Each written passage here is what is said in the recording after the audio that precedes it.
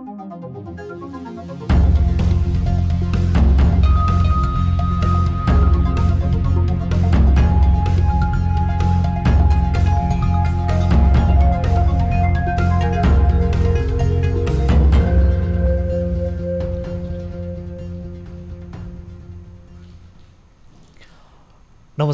यो हो news 24 television prime time न्यूजमा स्वागत छ। 2073 सालको लक्ष्मी पूजाको रातिदेखि यो देशबाट अँध्यारोको अन्त्य भएको थियो।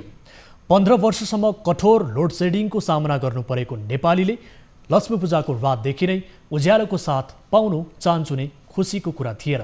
यही उज्यालोतर्फ मुलुकलाई डोर्याउने नेतृत्वकर्ता हुन् कुलमान घिसिङ। विद्युत प्राधिकरण अन्तर्गत विभिन्न योजना परियोजनामा बस्दा कुलमानले उज्यालो नेपालका लागि धेरै सङ्केत दिइसकेका थिए।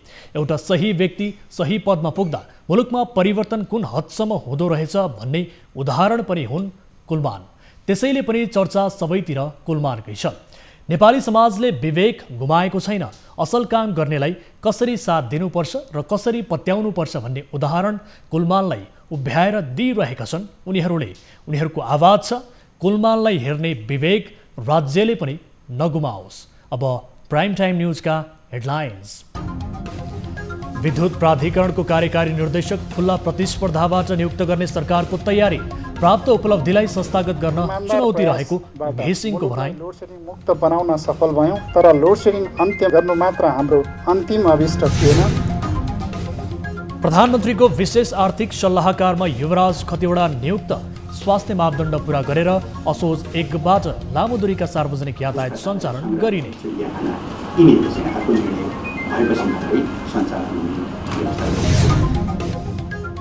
कोरोना संक्रमितको संख्यामा फेरि उछाल।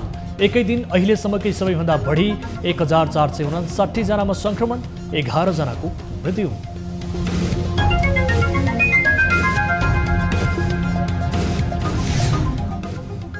प्रयोगशाला पछि फरक रिपोर्ट आउन थालेपछि राष्ट्रिय जनस्वास्थ्य प्रयोगशाला सजग। देशभरका ल्याबमा निगरानी र नियमन गर्ने काम तीव्र पारिएको छ, त्यो पनि फलो गर्नुपर्ने हुन्छ। र यो सबै कुरा हेरिसकेपछि बल्ल चाहिँ हामीले एसिड आक्रमण विरुद्ध अध्यादेश मार्फत कानुन ल्याउने सरकारको तयारी। अध्यादेश मस्यौदाका लागि सरोकारवालाहरूसँग छलफल।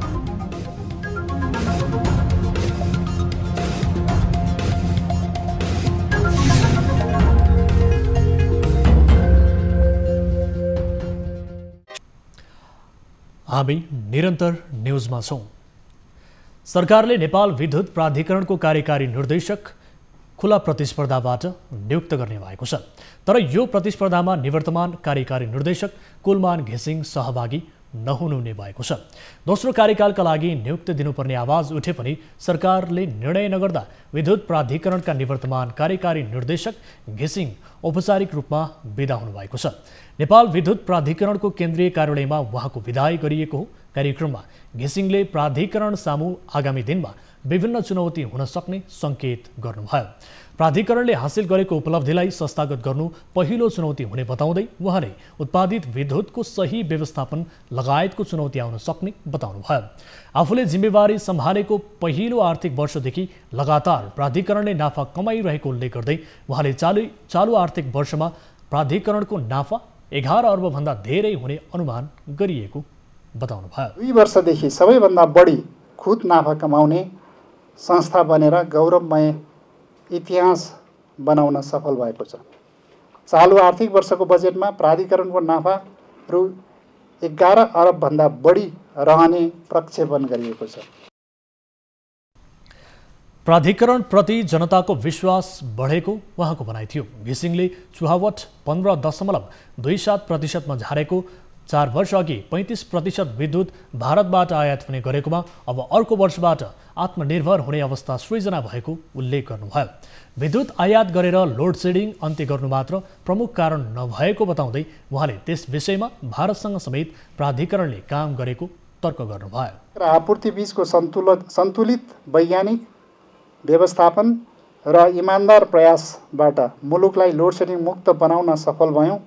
तर लोड सेडिङ अन्त्य गर्नु मात्र हाम्रो अन्तिम अभिष्ट थिएन। हाम्रो योजना प्राधिकरणको चौतर्फी सुधार र विभिन्न कारणले जीर्ण बनेका तथा अलपत्र अवस्थामा रहेका उत्पादन, प्रसारण र वितरणतर्फका आयोजना सम्पन्न गर्नु तथा नयाँ सुरु गर्नु थियो। घिसिङले प्राधिकरणले उल्लेख्य फड्को मारेको र आफ्नो कार्यकालमा 457 मेगावाटका आयोजना सञ्चालनमा आएको बताउनुभयो। देशमा विद्युतको आत्मनिर्भर, काठमाडौँलाई तार र पोल रहित बनाउने, डिजिटल प्राधिकरण बनाउने, देशभर विद्युत पुर्याउने जस्ता काम आफूले पुरा गर्न नपाएको उहाँले बताउनुभयो। घिसिङलाई सरकारले 2073 साल भदौ 29 गते 4 वर्षका लागि नेपाल विद्युत प्राधिकरणको कार्यकारी निर्देशकमा नियुक्त गरेको थियो।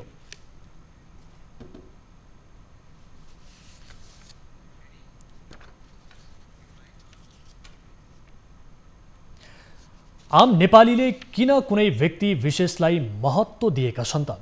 निराशामा कसैले सानो आशाको किरण फैलाउन सक्यो भने पनि ऊ समाजको नायक बन्न सक्छ।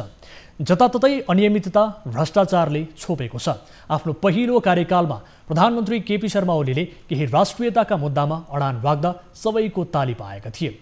परिणामस्वरूप उनी दोस्रो कार्यकाल प्रधानमन्त्री बन्न सफल बने। तर सीमित घेरामा रमाउन थालेपछि उनको आलोचना तीव्र हुन थालेको छ। अहिले चर्चा नेपाल विद्युत प्राधिकरणका निवर्तमान कार्यकारी निर्देशक कुलमान घिसिङको छ।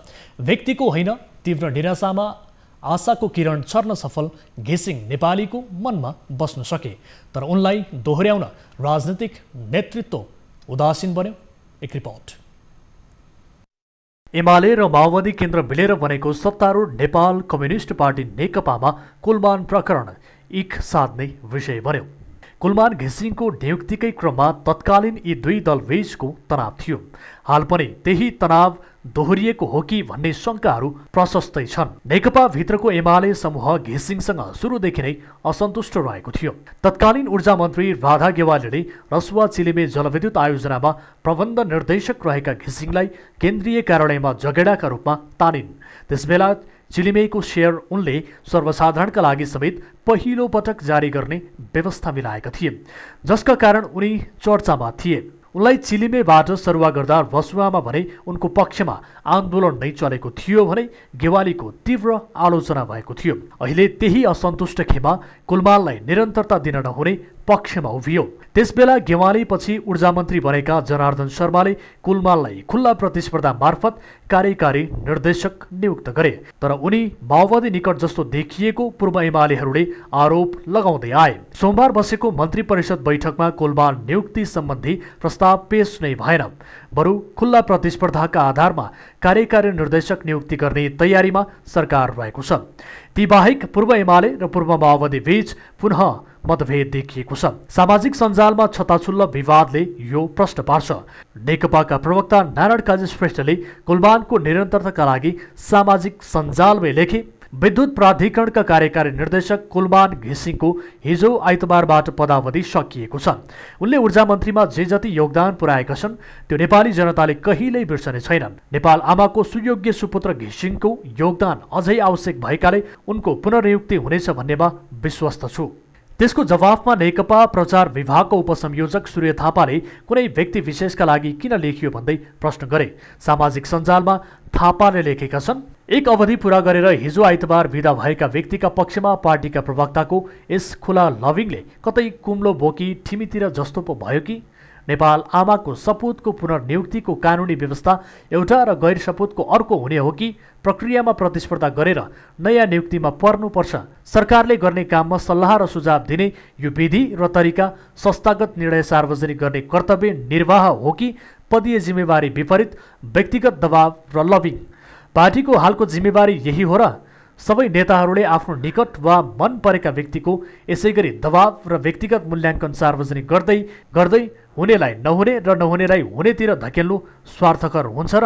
एउटै विभागका संयोजक र उपसंयोजकको फरक फरक धारणाले कुलमानबारे नेकपाभित्र तीव्र विवाद प्रश्न हुन्छ। अझ प्रधानमन्त्रीका प्रेस सल्लाहकारले नै असन्तुष्टि राखेपछि प्रधानमन्त्री नै असन्तुष्ट रहेको स्पष्ट हुन्छ। यसको मूल कारण विगत देख्नेहरू प्रशस्त छन्। कुलमान एक कर्मचारी मात्र होलान्, तर कामै नगर्ने परिपाटीमा केही बदलाव ल्याउने उनको शैलीलाई आम नागरिकले कहिल्यै बिर्सने छैनन्। सरकारले पूर्व अर्थमन्त्री युवराज खतिवडालाई प्रधानमन्त्रीको विशेष आर्थिक सल्लाहकार बनाउने निर्णय गरेको छ। सोमबार बसेको मन्त्री परिषद बैठकले खतिवडालाई विशेष आर्थिक सल्लाहकार बनाउने निर्णय गरेको आज आयोजित पत्रकार सम्मेलनमा जानकारी दिइएको हो। यस्तै बैठकले असोज 1 गतेदेखि लामो दूरीका यातायात र आन्तरिक हवाई उडान खोल्ने निर्णय पनि गरेको छ। सरकारका प्रवक्ता एवं परराष्ट्र मन्त्री प्रदीप गेवालीले यातायातका साधनमा स्वास्थ्य मापदण्डका साथै क्षमताको 50% यात्रु मात्र राख्न पाइने र भाडा दर 50%सम्म बढी दिन नपाउने व्यवस्था गरिएको जानकारी दिनुभयो। त्यस्तै विमानमा सिट क्षमताको आधा मात्र यात्रु राख्नुपर्ने र मास्क भाइजर अनिवार्य प्रयोग गर्नुपर्ने मापदण्ड बनाइएको छ। यस्तै होटल रेस्टुराँ पनि असोज 1 गतेबाट सञ्चालनमा आउने भएको छ। त्यस्तै सरकारले शैक्षिक संस्था, परीक्षा सञ्चालन, गोष्ठी, तालिम, खेलकुद जस्ता क्रियाकलापहरू अर्को सूचना नआएसम्म बन्द नै रहने निर्णय गरेको छ।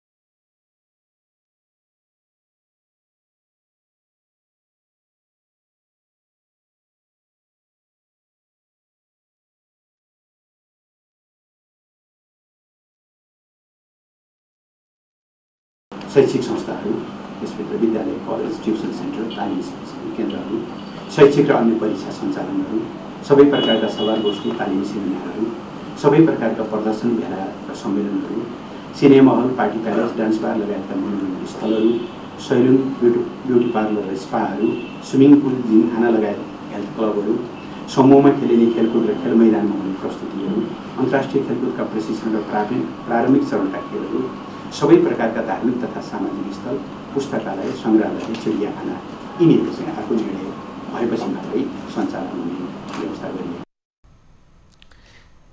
त्यस्तै मन्त्री परिषदले एसिड आक्रमणको कसुर सजाय र सुनवाई सम्बन्धी विशेष व्यवस्था गर्दै पीडितहरूको आजीवन उपचार खर्च आफै बेहोर्ने व्यवस्था गर्ने निर्णय गरेको छ।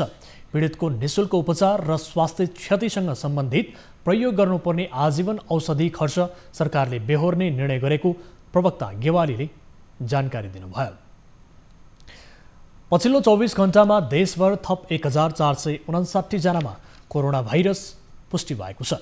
स्वास्थ्य तथा जनसङ्ख्या मन्त्रालयका अनुसार पछिल्लो 24 घण्टामा देशका विभिन्न भागमा 1459 सङ्क्रमित थपिएसँगै नेपालमा सङ्क्रमितको कुल सङ्ख्या 56,788 पुगेको छ, जसमध्ये अहिले 15,779 जना सक्रिय सङ्क्रमित छन्। मन्त्रालयका अनुसार प्रदेश 1 को ओखलढुङ्गामा 1 जना, खोटाङमा 1, झापामा 6, ताप्लेजुङमा 1, पाँचथरमा 1, भोजपुरमा 1, मोरङमा 111 जना, सङ्खुवासभामा 1 र सुनसरीमा 17 जनामा सङ्क्रमण देखिएको छ। त्यस्तै प्रदेश 2 को धनुषामा 6 जना, पर्सामा 1, बारामा 3, महोत्तरीमा 9, रौतहटमा 36, सप्तरीमा 24, सर्लाहीमा 4 र सिराहामा 162 जनामा भाइरस देखिएको छ। यता बागमती प्रदेशको काठमाडौँमा 555 जना, काभ्रेमा 8, चितवनमा 37, दोलखामा 5, धादिङमा 4, नुवाकोटमा 2, भक्तपुरमा 86, मकवानपुरमा 87, रामेछापमा 2, ललितपुरमा 35 र सिन्धुपाल्चोकमा 2 जनामा सङ्क्रमण देखिएको छ। त्यस्तै गण्डकी प्रदेशको कास्कीमा 7 जना, गोरखामा 5, तनहुँमा 9, नवलपरासी पूर्वमा 21, मनाङमा 1, लमजुङमा 4 र स्याङ्जामा 14 जनामा सङ्क्रमण पुष्टि भएको छ। यता प्रदेश 5 को अर्घाखाँचीमा 3 जना, गुल्मीमा 3, दाङमा 26, नवलपरासीमा 3, रूपन्देहीमा 51, पाल्पामा 16, बर्दियामा 1 र बाँकेमा 27 जनामा भाइरस पुष्टि भएको छ। त्यस्तै कर्णाली प्रदेशको दैलेखमा 2 जना, सल्यानमा 2 र सुर्खेतमा 23 जनामा सङ्क्रमण देखिएको छ। त्यस्तै सुदूरपश्चिम प्रदेशको कञ्चनपुरमा 8 जना, कैलालीमा 11, डोटीमा 11, दार्चुलामा 3, बझाङमा 2 र बैतडीमा 8 जनामा सङ्क्रमण पुष्टि भएको छ। यता गत 24 घण्टामा काठमाडौँ उपत्यकामा 676 जनामा भाइरस पुष्टि भएको छ। पछिल्लो समय उपत्यकामा निषेधाज्ञा खुकुलो बनाएसँगै सङ्क्रमित पनि बढ्दै गएका छन्।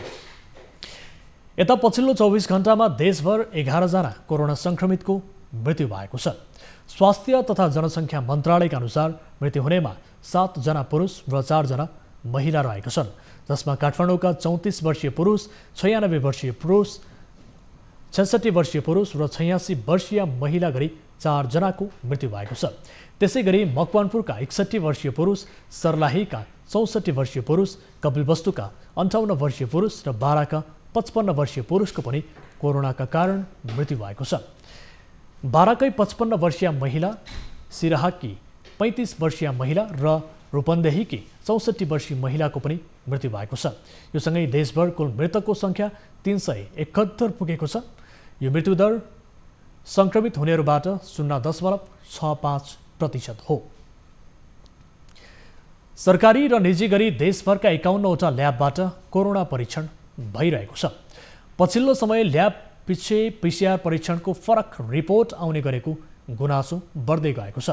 गुनासो बढ्न थालेपछि राष्ट्रिय जनस्वास्थ्य प्रयोगशालाले नमुना सङ्कलन गर्ने तरिकाले पनि रिपोर्टमा फरक पर्न गएको हुन सक्ने औल्याउँदै देशभरका ल्याबमा निगरानी र नियमन गर्ने काम भइरहेको जानकारी दिएको छ। कुनै कुनै रिएजेन्ट अनुसार फरक पनि छ। कसैमा चाहिँ 34 सम्मले मात्रै पोजिटिभ मान्ने हैन, कतिसँग त्यो अलिअलि चाहिँ फरक छ। त्यही भएर सम्बन्धित रिएजेन्टको सम्बन्धित कम्पनीले जुन आफ्नो एउटा गाइडलाइन्स दिएको छ त्यो पनि फलो गर्नुपर्ने हुन्छ र यो सबै कुरा हेरिसकेपछि बल्ल चाहिँ हामीले पत्ता लगाउनुपर्छ यो कुनको रिपोर्ट सही हो, कुनको रिपोर्ट गलत हो। यतिकै हामीले आफ्नो अन्दाजको भरमा चाहिँ यसको रिपोर्ट ठिक हो, यसको चाहिँ गलत हो भनेर भन्न मिल्दैन। देशभरको ल्याबलाई नियमन गर्न निकाय जनस्वास्थ्य प्रयोगशाला टेकोले हरेक महिना सबै ल्याबबाट उनीहरूले परीक्षण गरिसकेको नमुना पुनः परीक्षण गर्छ। त्यस्तो गर्दा हालसम्म कुनै ल्याबको रिपोर्टमा त्रुटि नभेटिएको प्रयोगशालाको दाबी छ। ल्याबको चाहिँ क्वालिटी कन्ट्रोल गर्ने जिम्मा चाहिँ राष्ट्रिय जनस्वास्थ्य प्रयोगशालाको छ र हामीले चाहिँ प्रत्येक प्रयोगशालाबाट प्रत्येक महिनामा चाहिँ 5वटा पोजिटिभ र 5वटा नेगेटिभ स्याम्पल मगाएर र त्यहाँ गरेको रिएजेन्ट कुन रिएजेन्ट युज गरेको छ, त्यहाँ आएको सिटी भ्यालु एउटा साइकल थ्रेसोल्ड भन्छ, त्यहाँ आएको सिटी भ्यालु कति छ त्यो सबै हामी मगाउँछौँ र हामीले आफू पनि टेस्ट गर्छौँ। टेस्ट गरिसकेपछि चाहिँ के हुन्छ त्यसलाई भेरिफिकेसन भनिन्छ र यो भेरिफिकेसन गर्ने प्रोसेस भनेको रिटेस्टिङ मेथड हो। त्यहाँको स्याम्पलले हामीले फेरि रिटेस्ट गरेर अनि भेरिफाई गर्छौँ। यद्यपि अहिले परीक्षणमा सक्रिय रहेका निजी र सरकारी मध्ये सरकारी ल्याब बढी भरपर्दो मानिएको छ। देशभरका 51वटा ल्याबबाट PCR परीक्षण भइरहेका कारण परीक्षणको दायरा पनि बढेको र ल्याबमा चाप पनि बढेको छ। मृत्युदर सबभन्दा कम हुनेमा र जुन यो के अरे जनसङ्ख्या अनुसार जुन पोजिटिभ केसेसहरू जुन देखिएको छ त्यो अनुसार पनि हाम्रो चाहिँ अझै योभन्दा पनि खराब अवस्था हुन सक्थ्यो, तर त्यो चाहिँ हुनबाट चाहिँ नेपाल जोगिएको छ र यसमा चाहिँ अब अझै पनि सबै चाहिँ सतर्क हुनैपर्छ। त्यसो त अन्तर्राष्ट्रिय बजारमा PCR परीक्षणको आवश्यक सामग्रीको मूल्य घटेपछि सरकारले PCR को शुल्क पनि घटाएको छ। अब शुल्क तिरेर परीक्षणका लागि PCR गर्न 2000 लाग्नेछ। यसअघि 4400 रुपैयाँ थियो।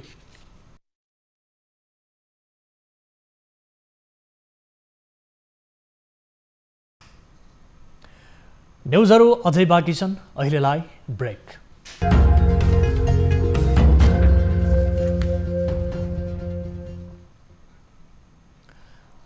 हामी निरन्तर न्युजमा छौँ।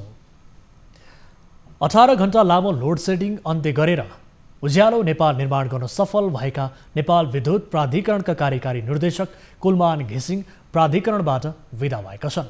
चरम घाटामा रहेको प्राधिकरणलाई नाफामा लैजान सफल भएका कुलमान जनतालाई उज्यालो दिन सफल भएका थिए।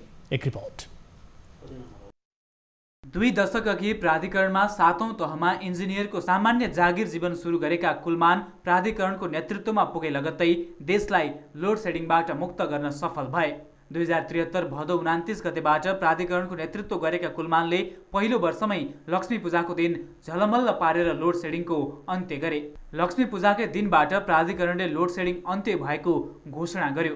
प्राधिकरणको नेतृत्व सम्हालेकै वर्ष उनले प्राधिकरणलाई 1 अर्ब 47 करोड नाफा गर्न सफल बनाए। 34 अर्ब 61 करोड रुपैयाँ नोक्सानीमा रहेको प्राधिकरणलाई कुलमानले विदा हुनुभन्दा अघि 11 अर्ब 5 करोड नाफा आर्जन गर्न सफल भए। सरकारको पूर्ण स्वामित्वमा रहेका प्राधिकरणका कर्मचारीलाई तलब खान समेत सरकारको मुख ताक्नुपर्ने अवस्था थियो, तर उनले प्राधिकरणको समृद्धिसँगै नेपालको समृद्धिलाई पनि टेवा पुर्याए। कुलमान नेतृत्वले ग्राहकको घरायसी प्रयोजनमा स्मार्ट मिटर जडान गर्न सफल भएको छ। काठमाडौँ उपत्यकामा जमिन मुनि विद्युतको लाइन विस्तार निर्माण कार्य भएको छ। प्राधिकरणले नेपाल भारत बङ्गलादेश अन्तर्देशीय विद्युत व्यापार सम्झौता गरेको छ। नेपालमा बढी भएको बिजुली बङ्गलादेशलाई बिक्री गर्न सकियो भने नेपालले विद्युतबाट राम्रो आर्जन गर्न सक्छ। बङ्गलादेशमा विद्युतको अत्याधिक माग भइरहेको छ। औद्योगिक क्षेत्रमा विद्युत आपूर्ति पर्याप्त हुन नसक्दा उद्योग धन्दा कल कारखाना पूर्ण क्षमतामा सञ्चालन हुन सकेका थिएनन्। प्राधिकरण उद्योग धन्दा कल कारखानालाई पनि माग अनुसारको विद्युत उपलब्ध गराउन सक्ने हैसियतमा पुग्यो। लामो समयदेखि रुग्ण रहेको माथिल्लो त्रिशुरी 3A, चमेलिया र कुलेखानी 3 आयोजनाहरू सम्पन्न भए।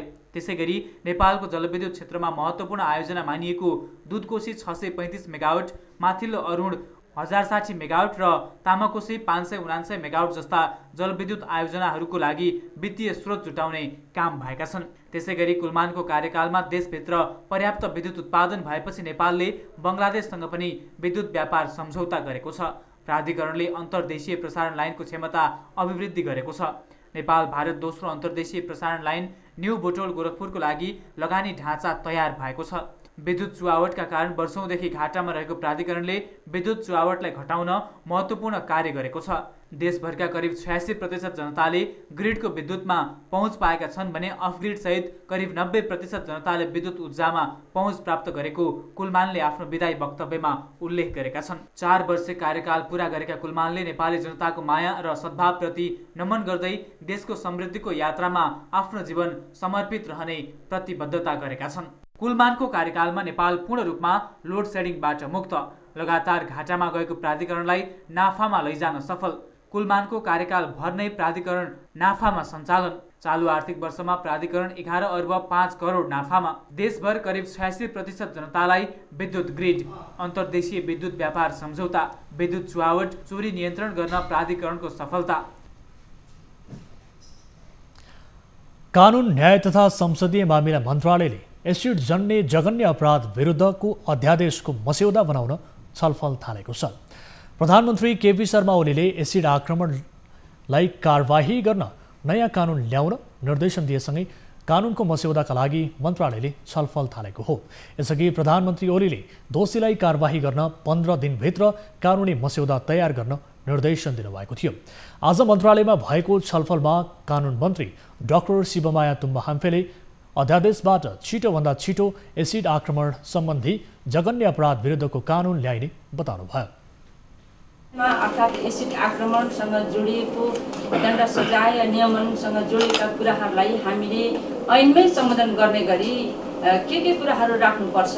अर्थात् हामीले भइरहेको ऐन हामी जाने छुट्टै ऐन ल्याउनुभन्दा पनि हामीसँग भएको ऐनलाई संशोधन गरेर यसमा भएका दण्ड सजायलाई अलिक बढाउनुपर्छ भन्ने खालको कुरा आइरहेको छ। कार्यक्रममा सरोकारवालाहरूले कडाभन्दा कडा कारबाही हुने कानुन तर्जुमा गर्नुपर्ने बताएका थिए। छलफलमा महिला अधिकारकर्मी डाक्टर रेणु अधिकारीले पीडितलाई पीडकबाट क्षतिपूर्ति भराउने विषयलाई कानुनमा नै उल्लेख गर्नुपर्ने बताउनुभयो। त्यस्तै महिला कानुन र विकास मञ्चका निर्देशक सबिन श्रेष्ठले अन्य देशमा एसिड आक्रमणकारीलाई मृत्युदण्डको सजाय भएको उल्लेख गर्नुभयो। के भनिन्छ भन्दाखेरि पीडकबाट क्षतिपूर्ति भराएको ल्याउने मतलब यो केसमा पीडकबाट भराए पनि पहिले चाहिँ सरकारले नै इमिडिएटली सपोर्ट गर्नुपर्छ। त्यो पीडकबाट सरकारले कसरी भराउने भन्ने चाहिँ त्यो मेकानिजम चाहिँ कानुनमै आओस् भनेर भन्ने अनुरोध गर्न चाहन्छु। सजायको कुरा गर्दाखेरि अब सजाय त अब बङ्गलादेशकै एक्सपिरियन्सको कुरा गर्ने भने अब त्यहाँ त मृत्युदण्डै गर्यो। त्यसले गर्दाखेरि एउटा ड्रास्टिक डिक्रिज पनि भयो। अब नेपालमा त्यो कुरा भन्न पनि मिल्दैन, भन्न पनि सकिन्न, मानव अधिकार दृष्टिकोणबाट उपयुक्त पनि होइन। तर रेणु दिदीले भन्नुभएको जस्तो चाहिँ जन्म कैद सम्मको सजाय गर्न पायो भने त्यो चाहिँ उपयुक्त हुन्छ जस्तो लाग्छ। त्यस्तै छलफलमा सहभागी अन्य अधिकार कर्मीहरूले एसिड जन्य जघन्य अपराध विरुद्धको कानुनलाई बलियो बनाउन सके यस्ता घटनामा कमी आउने बताएका थिए। अब बिजनेस न्युज।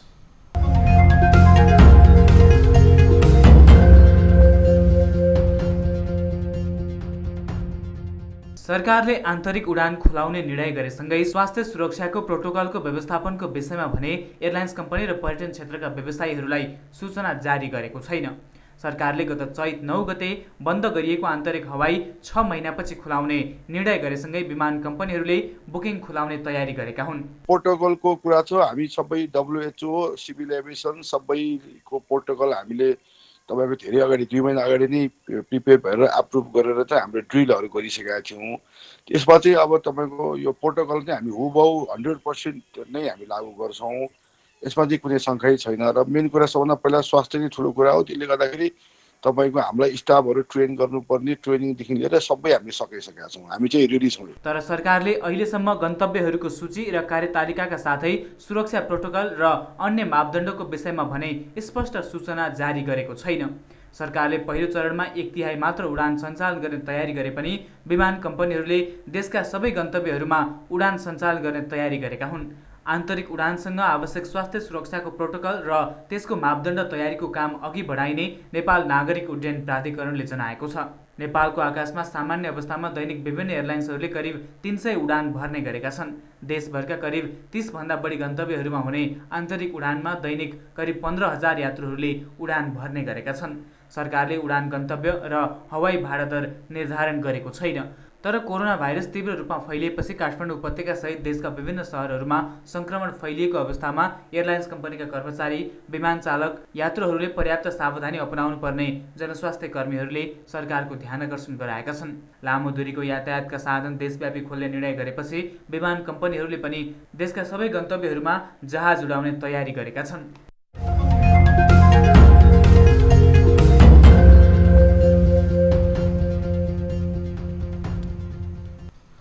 अब विष्णु ढुङ्गानाका साथमा फटाफट न्यूज।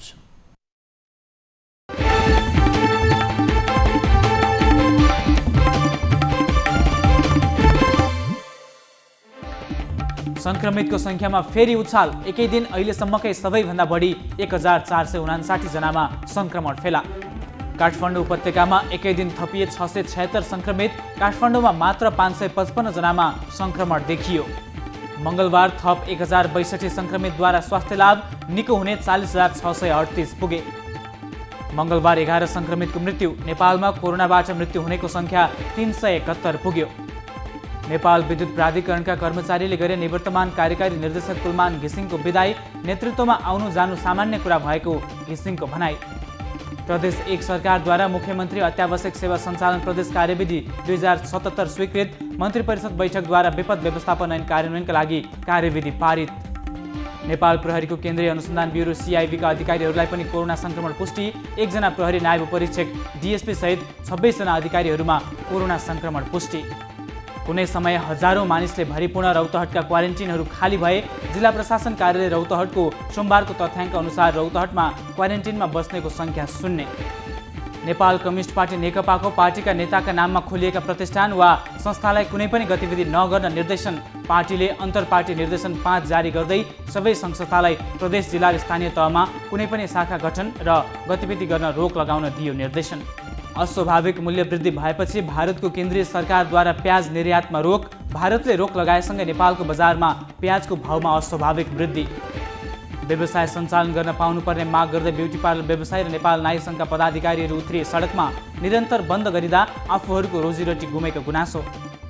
बागलुङ देउराली चोकमा ढलान गरेको सडक दिन प्रतिदिन भासिँदै। सडक भासिँदा 2 घर विस्थापित भएका छन् भने 8 घर उच्च जोखिममा।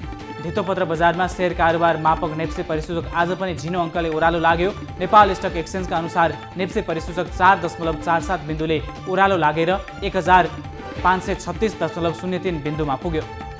भूकम्पले थिलथिलो बनाएको जमिन। वर्षेनी भारी वर्षा हुँदा सिन्धुपाल्चोक पहिरोको एपिसेन्टर बन्दै 2 महिनामा मात्र सिन्धुपाल्चोकका 73 जनाले पहिरोमा परि ज्यान गुमाए। 42 जना अझै बेपत्ता।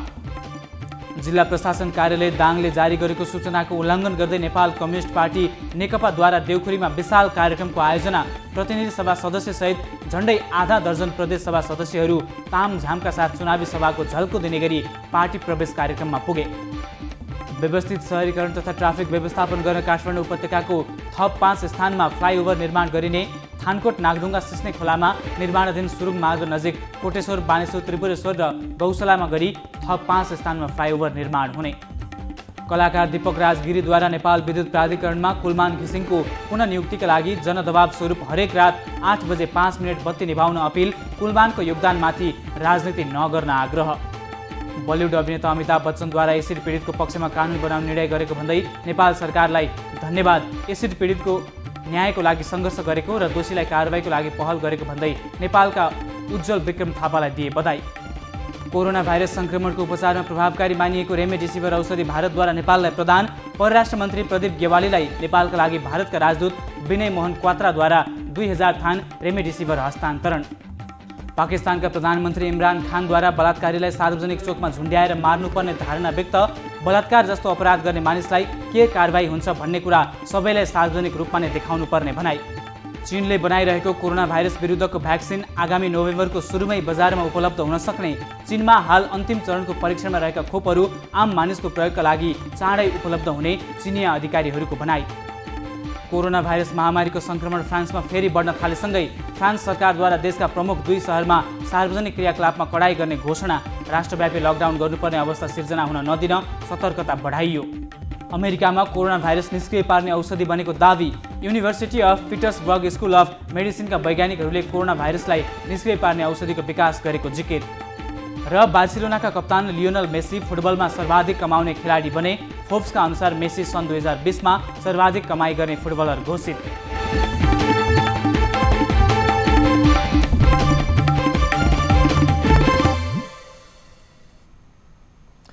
अब एउटा रोचक प्रसङ्ग।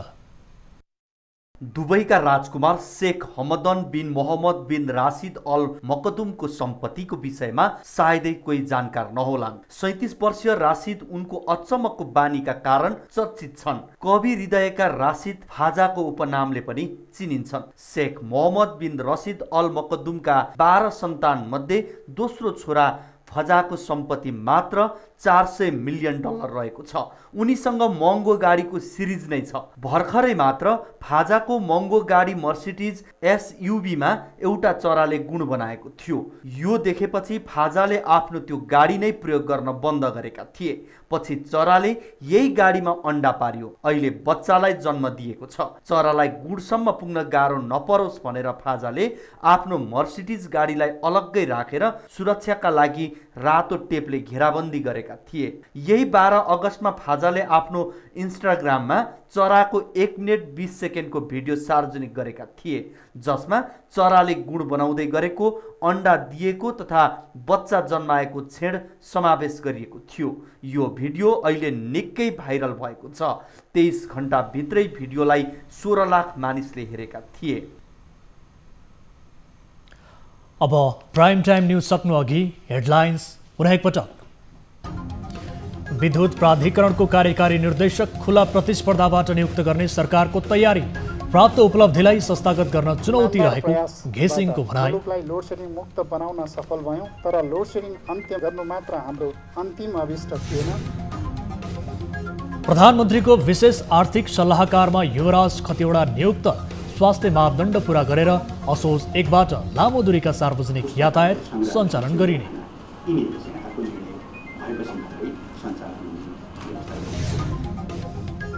कोरोना संक्रमितको संख्यामा फेरि पनि उछाल। एकै दिन अहिलेसम्मकै सबैभन्दा बढी 1459 जनामा संक्रमण, 11 जनाको मृत्यु।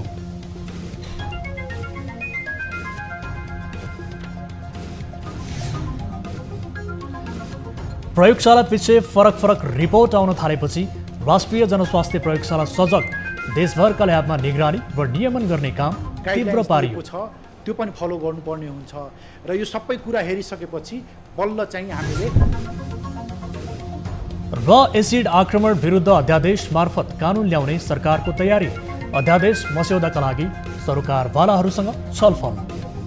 जन्मकै सम्मको सजाय गर्न पायो भने त्यो चाहिँ उपयुक्त हुन्छ जस्तो लाग्छ।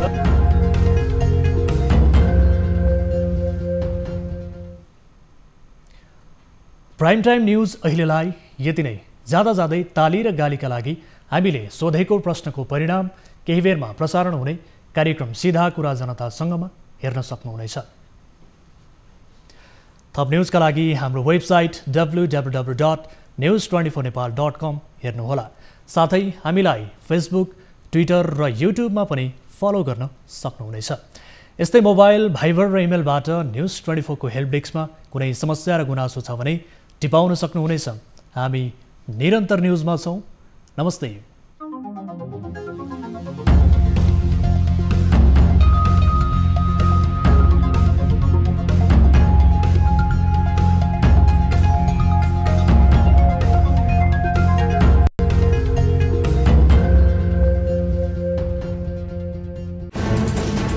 कोरोनाले सृजना गरेको सङ्कटमा पल पलका न्युज अपडेट र हर क्षेत्रको कभरेजका लागि न्युज 24 नेपाल युट्युब च्यानललाई सब्स्क्राइब गर्नुहोला।